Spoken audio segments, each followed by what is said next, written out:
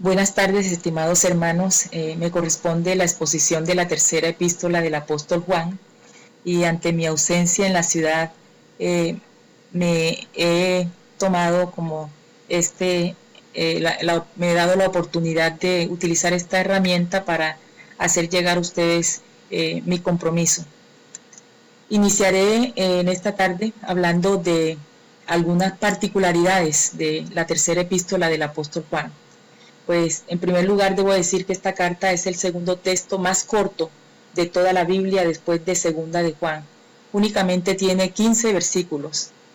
Es la tercera carta oficial que el apóstol Juan envió de las 3 cartas generales que escribió.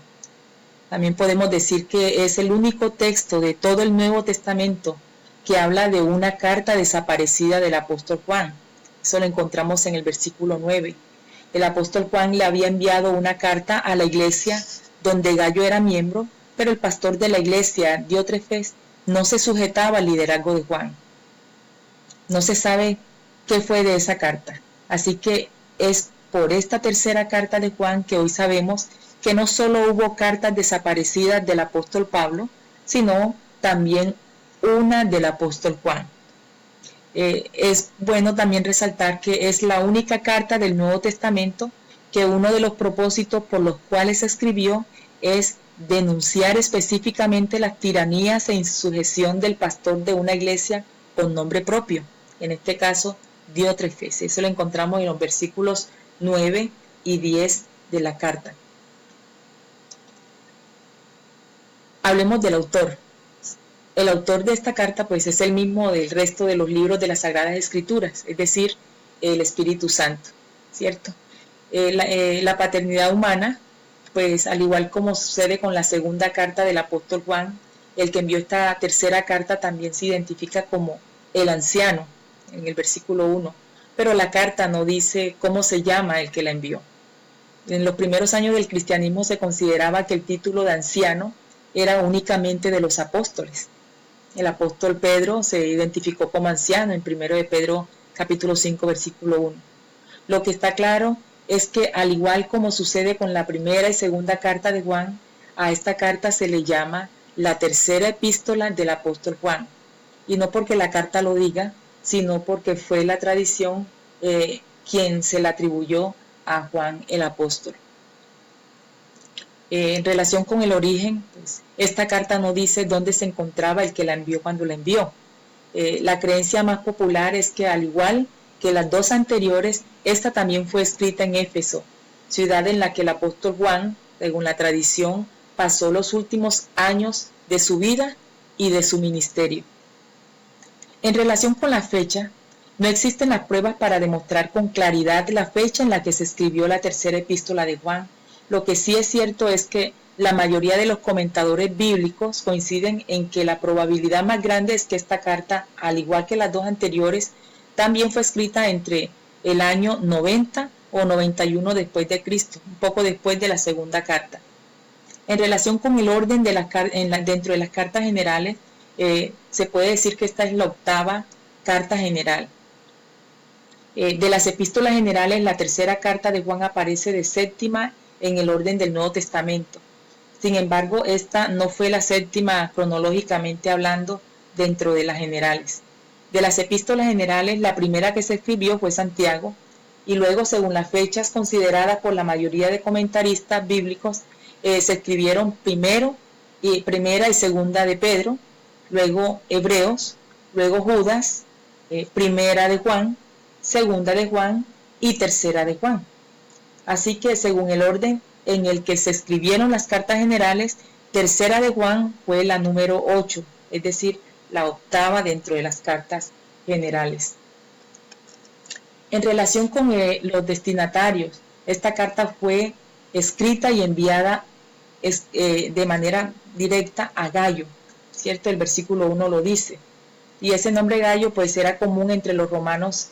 El Nuevo Testamento menciona a varios Gallos, varias personas con este nombre. Lo que sí es cierto es que el Gallo de tercera de Juan y el Gallo de la epístola a los romanos tenían algo muy importante en común y es la hospitalidad. lo que no descarta que se trate de la misma persona.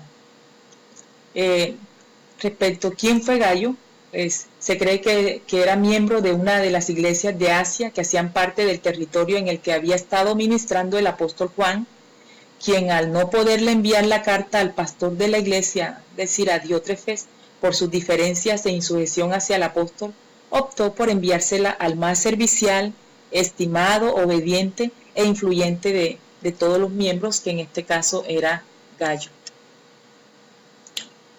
Hablemos de los propósitos de esta tercera epístola del apóstol Juan. A pesar de que la tercera carta de Juan es bastante corta, fue escrita con varios propósitos. Veamos 3 por los cuales fue escrita esta carta. En primer lugar, expresar el regocijo que sintió cuando los hermanos vinieron, le informaron acerca del buen testimonio de Gallo. Eso lo encontramos en los versículos 3 y 4.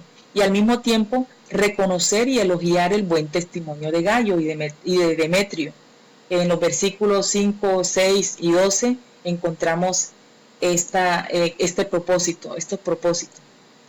Un segundo propósito fue el de denunciar públicamente las tiranías y rebeldías del pastor de la iglesia, de Diótrefes, de donde Gallo era miembro, intentando evitar que sus malos ejemplos fueran imitados por Gallo o por el resto de la iglesia.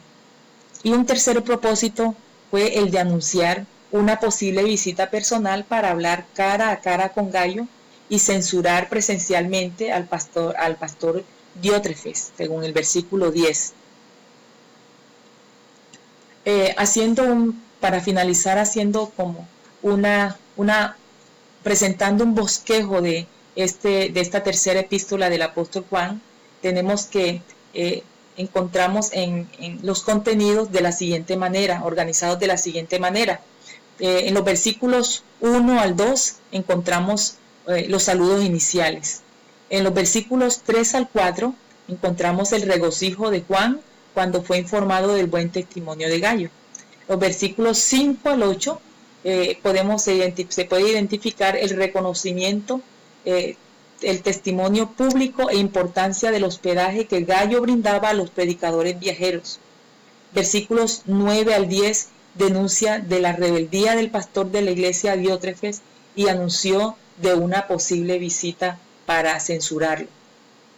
En el versículo 11 se encuentra una exhortación a Gallo a no imitar el mal ejemplo de Diótrefes. En el versículo 12 se resalta el buen testimonio de Demetrio, que es reconocido por todos los cristianos. El versículo 13 al 14 encontramos el anuncio de una posible visita personal y en el versículo 15 encontramos los saludos finales. Quiero finalizar diciendo que el versículo clave de esta carta es Juan 11, tercera de Juan 11, que dice: no imites lo malo, sino lo bueno. El que hace lo malo es de Dios. El que hace lo bueno es de Dios. El que hace lo malo no ha visto a Dios. Voy a repetir el texto de nuevo. No imites lo malo, sino lo bueno. El que hace lo bueno es de Dios. El que hace lo malo no ha visto a Dios. Muy bien, hermanos, y de esta manera he finalizado esta breve exposición de la tercera epístola del apóstol Juan. Muchas gracias por la atención prestada.